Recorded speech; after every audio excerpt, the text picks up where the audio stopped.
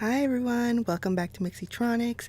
I'm Mixie and today I'm going to show you how to use the old Sizzix Sidekick with the new Sizzix Thinlit dies. That's hard to say a whole bunch of times, right? So let's go ahead and get started. And this is how the original dies that came with the old Sizzix looked like. They were like little platforms, as you guys can see. And the first thing I'm going to show you is my terrible plates. I can't believe as soon as I was going to record the video it broke, but I duct taped it, but they still work. So yeah, I'm just going to go ahead and still do the video. I didn't want to like not do it. So they are a lot thinner than the new release ones because they have with the new Sidekick they gave thicker plates. And now I'm going to show you the secret, which is basically just felt. I cut up about 10 layers. That's like the perfect number of layers that you need to use with almost any die, not just the Thinlits. And basically you'll see the original stack. It's a lot thicker than the flat ones on the left hand side because I've rolled them so many times. And basically that's how you're going to start. You're going to start with just a few layers, and every time that you use them you'll add a new one. Like for example, like if you're rolling it and you'll see that it's not cutting, then you'll have to add a new layer until they get like super flat, to the point that you'll have 10 layers. That's like the perfect number, and I'll show you how we're going to kind of roll them out, and like where you need to start, and how long it really takes. Like the first roll you'll see in a sec that it gets flat pretty fast, and I'm just trying to show you that basically it's no way that even like I think it's like 5 or 6 layers that I have in there right now, it's just not going to go in. To start off you really do need to roll with about 3, but I'll show you that it'll slide through. And don't mind like the duct tape, it was like sticking to the top of the Sidekick a little bit, but it'll roll through, and you'll see in a sec that you can't really force it too much, but it will go through as long as you start off with like 3 layers, and then eventually you can go ahead and add the another layer once it rolls through to add more pressure. And you'll see that every time you roll it, you may need to adjust it, based on the thickness of your die. Like for example, like the Sizzix, the Thinlits, I found 10 is perfect, but maybe you have a die that you got from a different company, maybe it's a little bit thicker. Maybe you can use just 2 layers until you flatten them all out.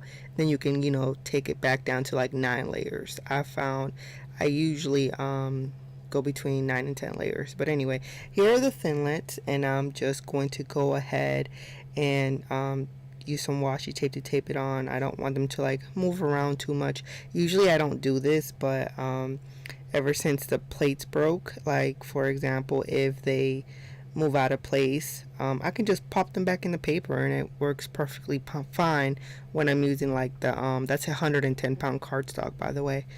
So yeah, it's like super easy. But first I'm going to show you guys with how it looks with too many layers. I think I've had like 10 or 11 layers right now, but with the duct tape it's too thick.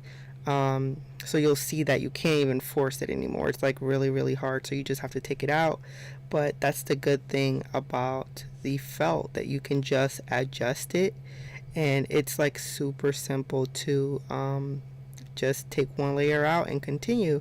You'll see that it's not even cut all the way through because of course we couldn't get it all the way through the machine yet.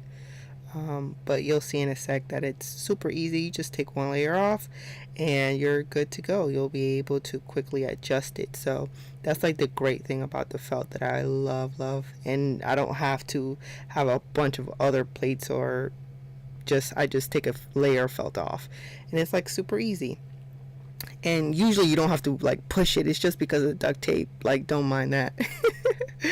But here you'll see that it's cut perfectly, and yeah, it just works. It's like I was so happy to find this fix because actually my mom gave me the old Sidekick, because I told her I wanted to start doing die cuts, and she told me she had a machine, so I was so happy I could, I didn't have to buy anything extra. And you guys can see just the words pop right out.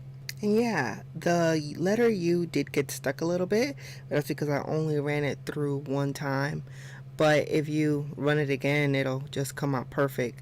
That's the benefit of also using the washi tape, because the letters will stay in place, so you can just run it again, just flip the paper over and check to see if it was cut all the way through. But I want to show you the good and the bad so that you can see, um, and I mean, figure out how you can fix it. And also I wanted to show you that if you look closely, you'll see like embossing marks of like the holes from the top of the dies. That means you had too many layers and that was too much pressure, so the paper was pushing through the holes. For that, just use another layer. And now I'm going to show you the final way I'm going to assemble my little project. And basically I'm going to use my favorite glue stick. I'm just going to cover my cardstock with the glue so I can apply the layer that I've made previously. I cut out the letters. I kind of want to make like an inverted negative image, you'll see. And then I'm going to place inside the letters that we cut out. So while I do this, I just wanted to give you guys a couple more tips.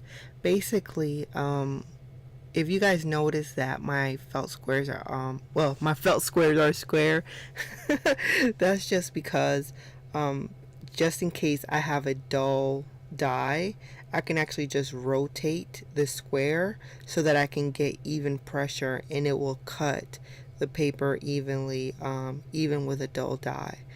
So I found that really helpful.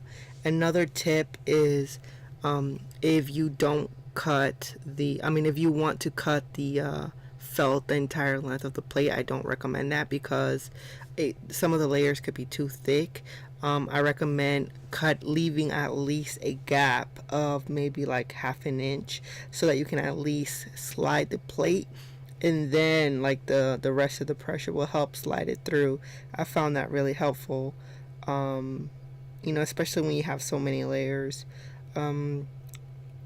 Another good tip is to just not force the plate, or else you'll end up with what happened to me, and that's that the plate cracked because I was trying to use too many layers, because I was using a different type of die. So sometimes you just have to be careful, okay? Like especially like when you're switching from die to die, like from different companies. Just be smart and just don't force the machine. But anyway, so yeah, back to the little embellishment that I'm making. In one sec, I'll show you guys the other little cute embellishments that you're probably looking forward to seeing, that you saw from the thumbnail. So that's, now that we're finished with that, I'll show you how we're going to go to that next project, and that's using one of my memo pads from Japan. I love Japanese stationery. I've been collecting it for years, and this is the type of paper I told you guys is very thin, and that's really good to back it with cardstock, just with the glue stick. But aren't they so cute? I love them so much. And I'll show you guys how they look. And I made a cute little square and circle die embellishments. And the one with the bunny, I colored myself with Distress inks. It's kind of matte. And then the square one, I used glossy cardstock. I kind of like that one better. You guys can let me know which one you like better, the bunny or the bear. Even though I think they're both cute, but I think I'm partial to the bear, yeah. Well guys, thank you so much for checking out the video and spending some time with me. I hope this was helpful. Make sure to subscribe and like the video, and let me know in the comments if you use this technique and if it worked out for you. I look forward to hearing from you. Have a great day, guys. See you next time. Bye bye.